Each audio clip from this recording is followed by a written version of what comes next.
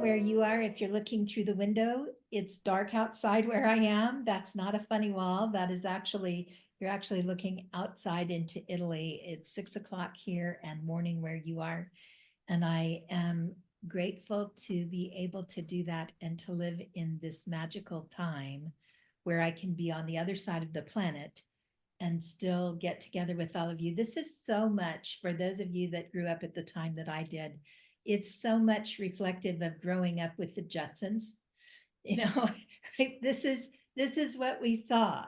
This, we could have a screen, we could put our people on here, we could do all of this, and at the time that seemed so magical and impossible, and yet we have lived into that time, which is, it begs the question, what are our children seeing and what will it look like for them, right? What did they grow up watching? I don't even want to ponder that right now. We are in a time of change. Some of that change is brought on politically. We are just, as we record this, just post-election. But some of that change is the time of life that we're in. It's what's going on for us and how quickly technology and infrastructure are coming together to allow us to change all kinds of things about the way we live. All across the globe, we're starting to see robot pictures, footage of robots and electric cars. And Mark and I, my husband, we were recently out somewhere and met someone who actually has a flying car prototype parked in their garage. They are actually working on it, presenting it. It will get off the ground. You can get in it and get up off the ground in it. It's that far along in its prototype. So there's a lot happening in the world, and a lot happens when that fast-paced, beyond imagination change happens. And sometimes beyond imagination change is that change that is all about something we imagined and it's finally come to be. And sometimes the change that we're seeing is change that we hoped we'd never have to imagine. And the people that we serve are going through all of that right now. But what I want to talk about today is not just the people that we serve. I want to talk to you about the fact that you are facing all of that change while you're trying to serve somebody else. And that is a big deal, because the pull to be there for everybody else can pull you out of your ability to be there and present for yourself. So I just want to walk through that a little bit today, just talk a little bit about it, not because I think you don't recognize it, because I'm very confident you all do, but because I also am aware that as ministers, we conveniently don't have time to actually consider this. So I want to go through a few slides and talk about it, and then I want to have a few minutes at the end to see where you are and what's going on for you, and kind of how you're coping with all of this. And coping with all of this can be coping with anything. It's not really a need to be one thing. It's not really us having to say we're only coping with one particular problem. We are coping with lots of change. So how do we cope with change while we're changing, while the world is changing and we're leading? So forgive me if I say things to you that you're saying. This is your opportunity to listen with ears for yourself. Not so much for how you're going to help somebody else, but to listen with ears for yourself. And one of the things that I want to say to you for your own heart at this time of change is that you have been changing since the very moment you were born. that you went from not breathing oxygen to breathing oxygen, which is a pretty massive change.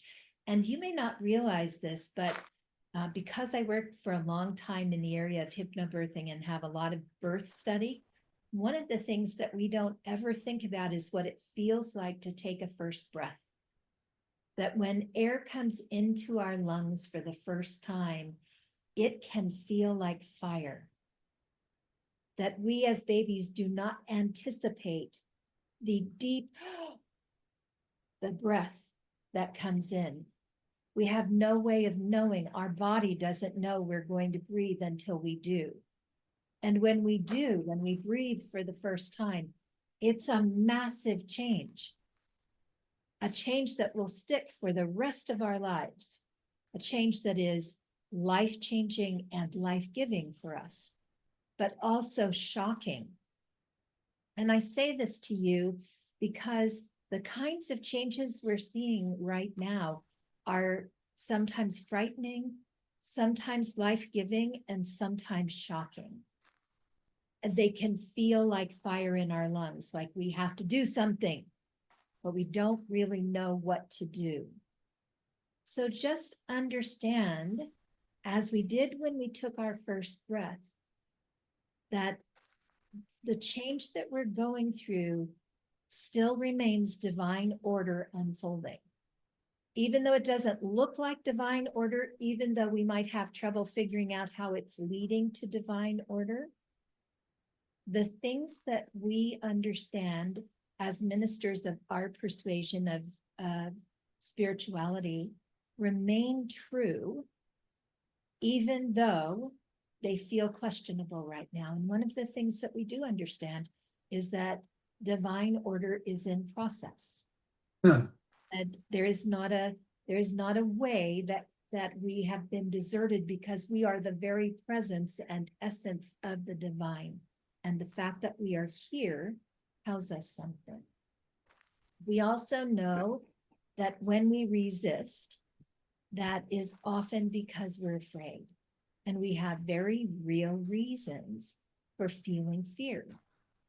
And again, it doesn't matter whether what you're fearing is robots that are somehow going to decide humanity is not necessary, or politicians who believe that the way of the world should be something different than what you believe. Fear is fear, and change brings up fear.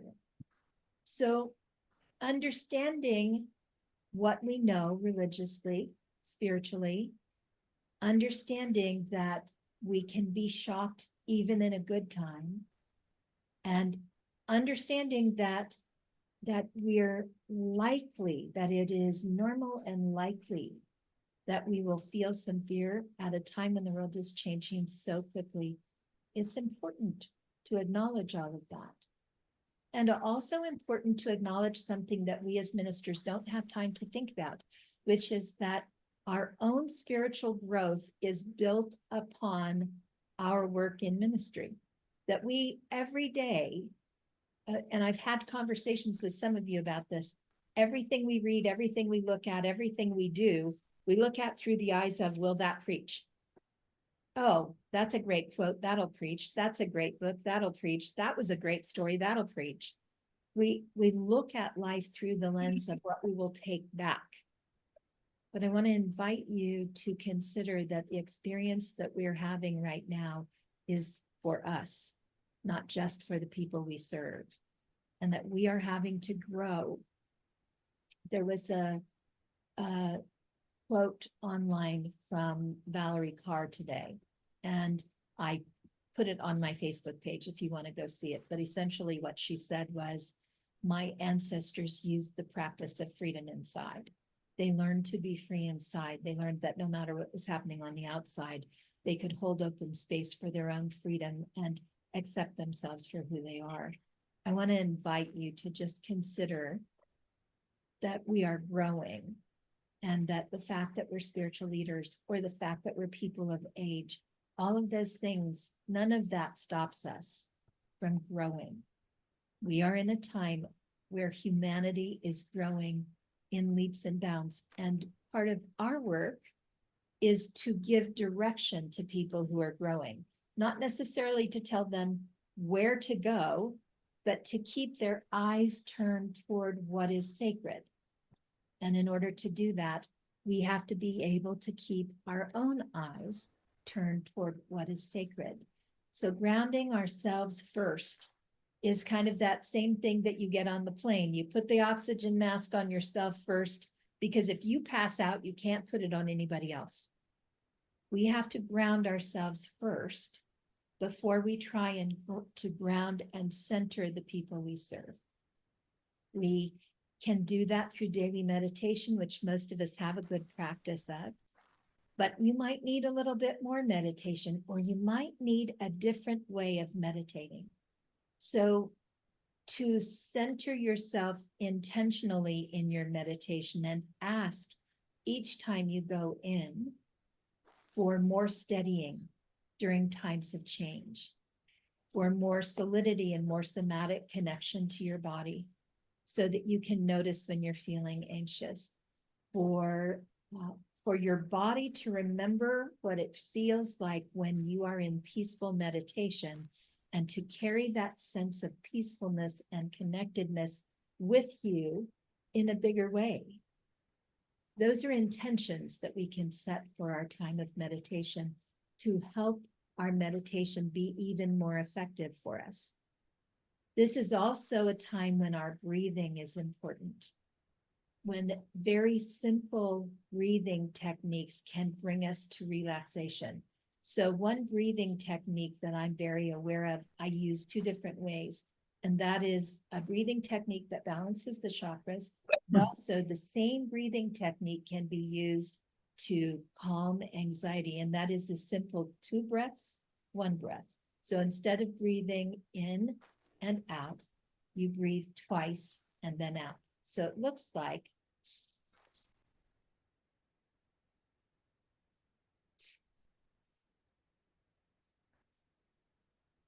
it's a very simple breath.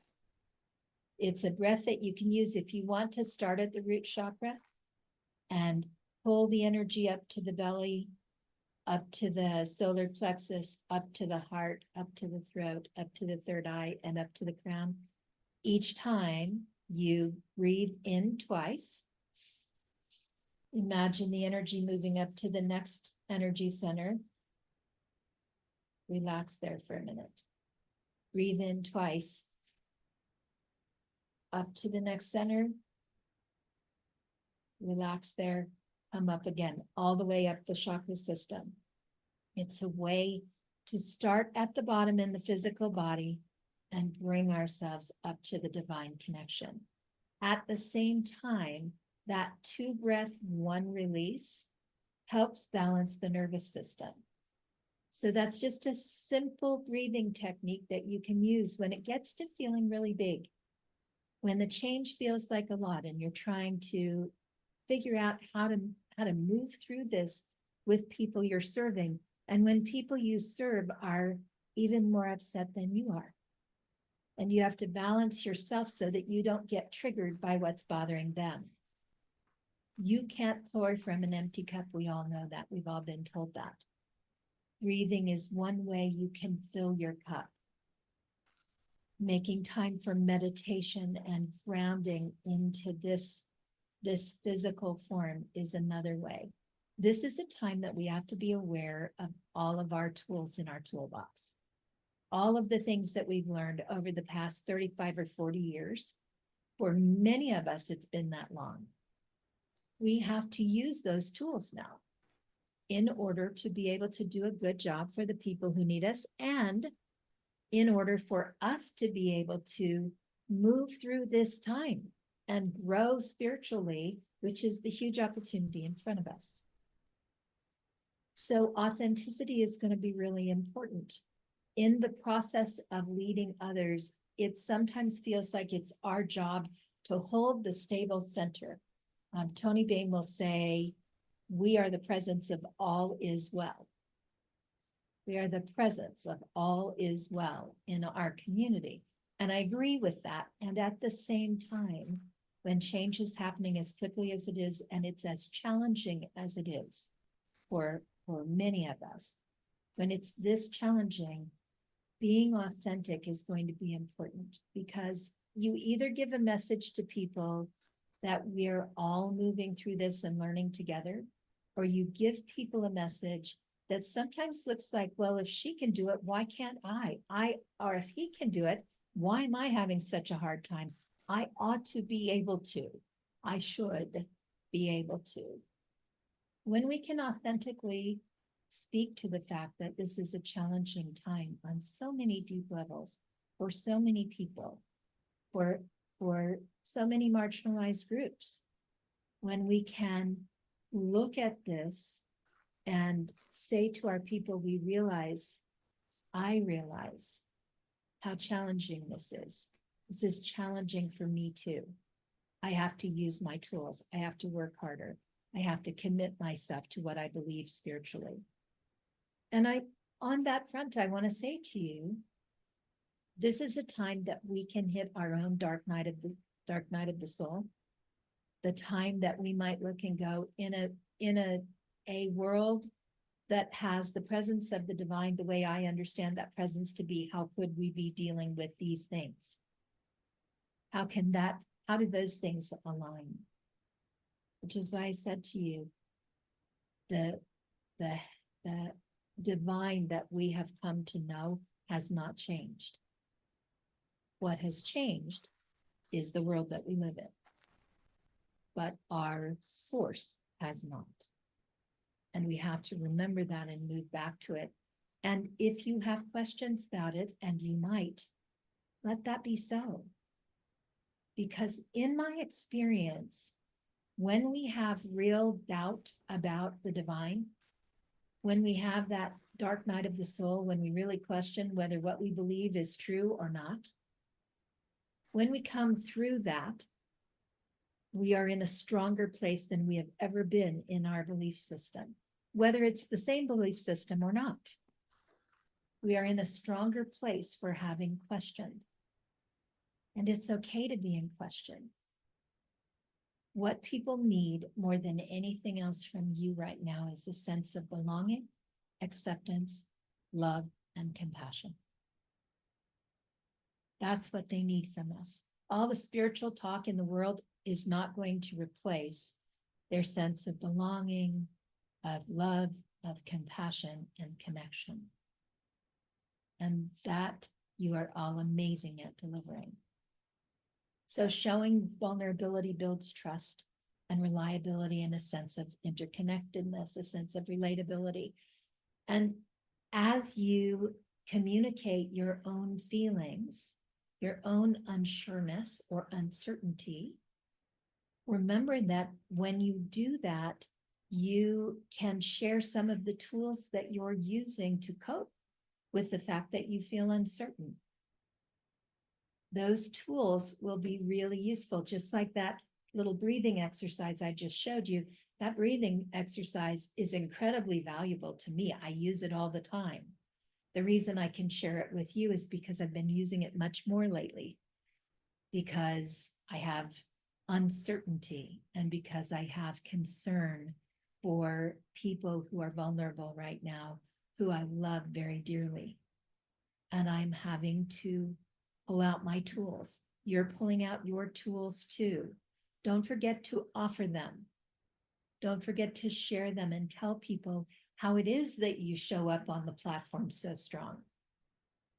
So you use the tools for yourself, then you share them because they work. But notice what you're using and do the work for yourself, and then share them. And it will be very authentic and very real and very meaningful for the people you serve. And more importantly, it will help you to continue to do a really good job serving the people that you serve. We gain our resilience through these spiritual practices. Affirmative prayer, sometimes these practices seem so simple because we've used them for so long and we know them. But when they really count is when it's really tough. So affirmative prayer and positive visualization. Do you know what you would like to see happen from where we are right now? A friend of mine posted something today. She went into Chat GPT and she had a conversation with chat about AI and about all the things that AI is doing. And she asked chat over all these questions. And what do you believe about how AI will develop? And do you think that AI will take over the world and all this stuff? And in the end, she said, after a 30-minute conversation, she posted the quote that came from AI, which said, artificial intelligence will never replace humanity because we don't have the ability to bring forth the compassion and the love that is part of the human heart and the human experience. And I just was so impressed with the fact that that was the outcome. And her point was, humanity is not here to be replaced. Humanity offers something, just like every species does, that is unique. And for us, it's our deep ability to be connected. So if we look at AI and robots and all of that, and we have an intention for it, what do we intend? How lovely would it be to have artificial intelligence recognize the powerful value of humanity, the gifts of humanity, and what they bring forth, what those gifts bring into the world? Are we visualizing something better, or are we living in fear? Are we visualizing that people will stand up for what is right? Maybe it's hard because maybe it feels like they haven't. Maybe it feels like they have to you. But if it feels like they haven't, it can be hard. Maybe this is what motivates us to get to the point where we have to make really big choices about what we believe, about our interactions, about freedoms for people, about caring for one another. But if we hold an image that the bad is going to happen, I promise that's what we get. So what happens if we begin to look for the positive possibility, and we begin to visualize it and affirm into it? And you have to remember that you are a trained professional. You are not here. Nobody on this list, it just got out of seminary yesterday. You are a trained professional. You are experienced. And when you affirm and when you visualize and when you stand in your power, you are a dynamic and powerful presence, not just to the people you serve, but in the universe, in the interconnectedness of all life. When we hold a positive, powerful image for the good that can come from where we are, we move the energy, the stuff of God. We know that because we teach it all the time, but we don't always remember to plug it in for ourselves. So I invite you to just remember that you have the training for this. When they say we are the people we've been waiting for, we are the people we've been waiting for. We were trained. We know how to do this work in the hardest of times. We just haven't had to do it in the hardest of times. And now we're moving into times that are more difficult. So we have to step up our game a little bit. We have to do the really simple things that we know to take care of ourselves. Care for the temple of the body. Feed yourself well. Reduce stress where you can right now. Not only is all of this change going on, but all of this change is happening right before the holiday season, which is always a crazy time for ministers. And we are expected to rise to that occasion as well. So look at where in your life you can remove stress.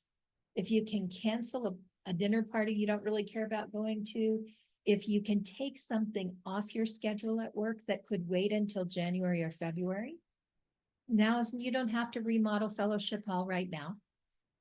What can you take off your list? Do you have to look for a new building right now? Maybe not. Maybe it can wait until after the first of the year. What can come off your list so that you can have more time for personal peace? It takes time to do this exercise, to actually ask yourself and look at what's on your calendar and think about your life and analyze what you can take off. It takes a little time. Do that. Give yourself the time to clear extra space, because it's likely that people will have a harder time moving through the holidays this year, just because there's been so much going on. And we're still in frenzy, in news frenzy, right?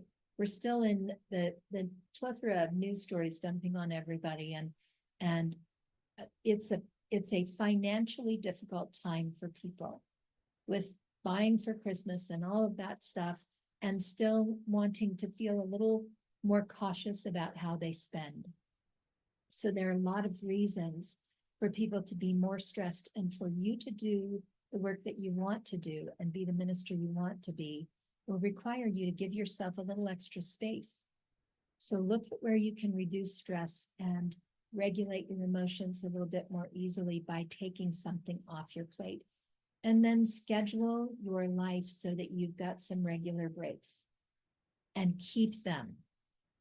Do not fill in your break space. If it's a Friday afternoon or a Monday afternoon, whatever is your day off, actually step away from your computer, away from your phone, out into nature, whatever you can do. Go get a massage, get a facial, get your pedicure, spend time with a friend. Any of that stuff that is steps you out of your place of minister and allows you to be in your place of being who you are by your own name. Because minister is a job. I know we're ministers 24 hours a day, but minister is a job. It's not who you are. You are a person with a name and a life and human needs that need addressing right now. Make sure that you eat well, that you hydrate yourself, that you rest. And find a community that is not the community you serve. Either find peer groups of other ministers that you can spend time with, or friends. There's this thing called friends that some people have because they have time for them. Then they make friends who are not part of their community, who are outside of the spiritual community they serve, who they actually go have lunch with, or go to a movie with, or go to the opera with. So find friends. If your friends don't live near you, go see them or meet halfway. But find people who don't need you to be their minister, who just know you for the person you are and love you for that person, who can be as supportive of you as you are of everybody else in the world. Who supports you? Spend a little time with those people, because you'll need it right now. You'll need to do that. Manage your expectations. So there's a difference between expecting something and intending, right? My intention is to take good care of myself. If I expect myself every day to do that, I'm likely to let myself down. I may not be able to do it every day. I may have real things that come up that I have to handle. But if I intend to do it, I will do something. Expectations most often are an opportunity for us to be disappointed. Intentions they're those objectives that we set, that we do our best to live into, but we're much more gracious. And intentions are what we give the universe. We don't say to the universe, I expect you to do this. We say, my intention into the universe is, please help me to show, please, let's create that together. Let's co-create, collaborate, bring forth from my divine, my indwelling divine, that thing that I intend to bring into action. So think for yourself a little bit about what your expectations versus your intentions are. And where you find expectations, let them go. Just for now. When the temperature comes down a little bit, then you can pick up a few expectations if you want to. But expectations usually don't turn out very well. As you're setting intentions, be really aware of setting reasonable intentions you can meet. I'll use an example for myself. I do a really bad job of staying hydrated. If I drink 3 8-ounce glasses of water in a day, that is a miracle for me. That is a big deal. If I set the expectation that I'm going to, or the intention that I'm going to eat, that I'm going to drink 8 of them, it's not happening.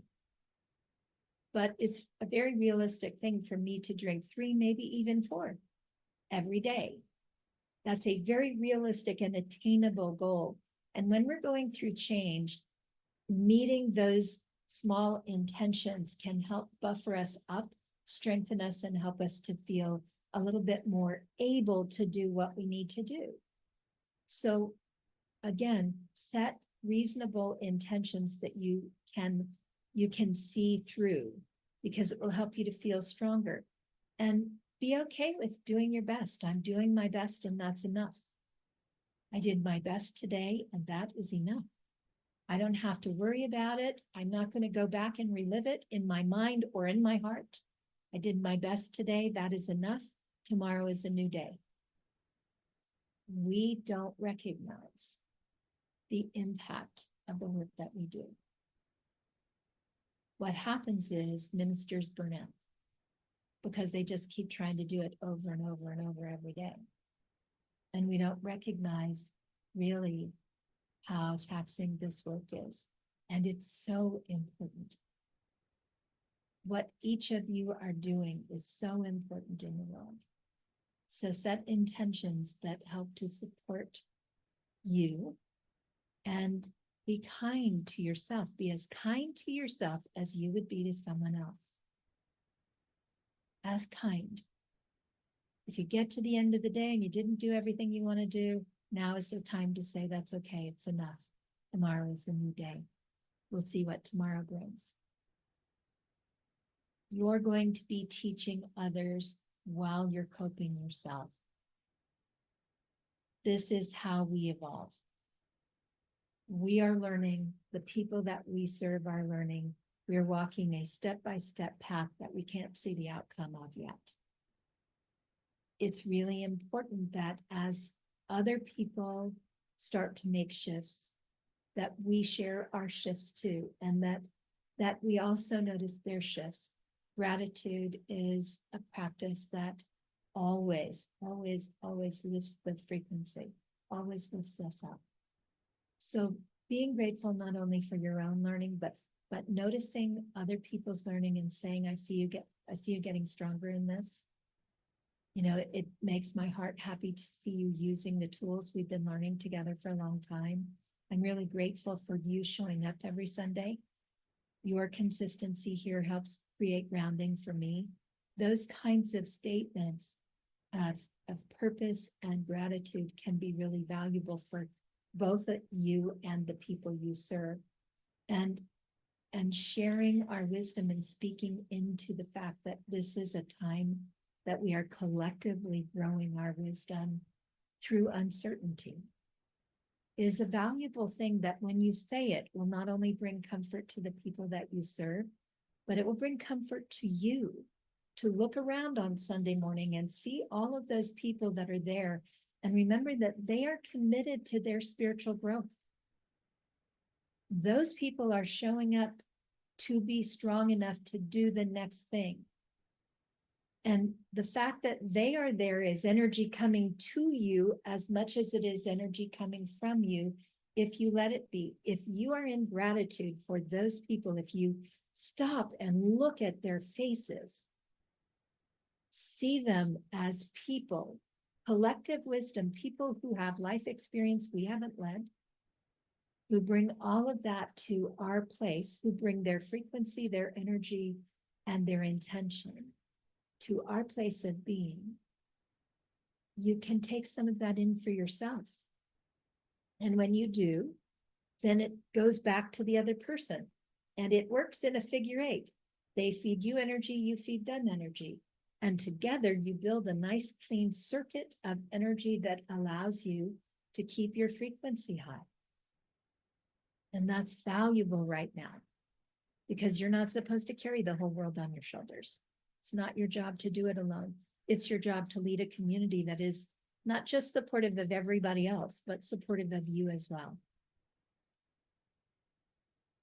You're going to have days that you feel emotionally resilient and days that you don't. You will help people to recognize who they are. You have a lot of strength and power. Let them help you by showing you their appreciation for what you do. Understand that you're making a difference, because that affirmation makes a difference in how you feel about the energy you're expending. As you are guiding them through listening and validating how they're feeling, don't be afraid to say, I understand that I've been feeling something similar. Be present and validate. There is no wrong feeling right now. It's change. There are good days of change and bad days of change. And the simpler exercises are more valuable, because when we're stressed, the center of the brain, the frontal cortex, the area where we process, doesn't work as well. We start to move our consciousness back towards the reptilian brain, where we can react. So simple exercises will help your people more than complicated exercises right now. And they'll help you too. As you calm down, you get full function of your frontal cortex again. But when people are stressed and you give them complicated instructions, they have a hard time remembering them. And it can feel good to you to make it a big, important thing, but that doesn't necessarily mean it's useful for them. So keep in mind that simple is better during times like this, and trust that the universe has your back. And the universe has your back. Universe, we say that like, what does that really mean, Ariana? What about the indwelling me and the this and the that? All I can say to you guys is, I believe that as much as there is the indwelling God, that I cannot make God a small enough box to say there's only the indwelling God. I believe that there is God inside me, outside me, all around me, in all the people, in every tree, in everything. And I believe that that active consciousness is moving in the best and highest interest. And I have to believe that, because the moment I stop believing that, all of this becomes questionable and difficult. I have to believe that something good is coming from where we are. And I choose that, actively choose to believe that. And it gives me the things that I need to stay calm, to pull up the tools out of my own toolbox, and to do the work that is really important to me. No matter how authentically worried you are, we have to give a message of trust and hope. Because that, friends, that is our job. Our job is to help people feel enough hope in the power of the divine, in the way the universe works, in the things that are consistent and universal laws, that they can rely on them. And that's why we have to take the time to check them all out for ourselves and make sure that we're relying on them ourselves too, not just spouting the stuff that somebody has said to us, but that we've actually checked in on our own hearts. You are a leader and you are a learner. And we are always, every day, those things. Our learning allows us to be better leaders. We are leaders and we are learners. And this is the time we were called to. It's our time to serve. Self-reflection is going to be really important right now. I will leave you with this very simple affirmation. I'm divinely guided, and I trust the unfolding of divine order. I'm divinely guided, and I trust the unfolding of divine order. I'm divinely guided, and I trust the unfolding of divine order. So I offer you all of that to move through this very challenging time. And I offer it with great love and respect for who you are in the world, for what you do, for the challenge in front of you as ministers. And I see you. I see you. I see you as people and I care about your hearts. I care about who you are. And I just have so much gratitude for the good that you do every day. And I know that you'll continue to do it.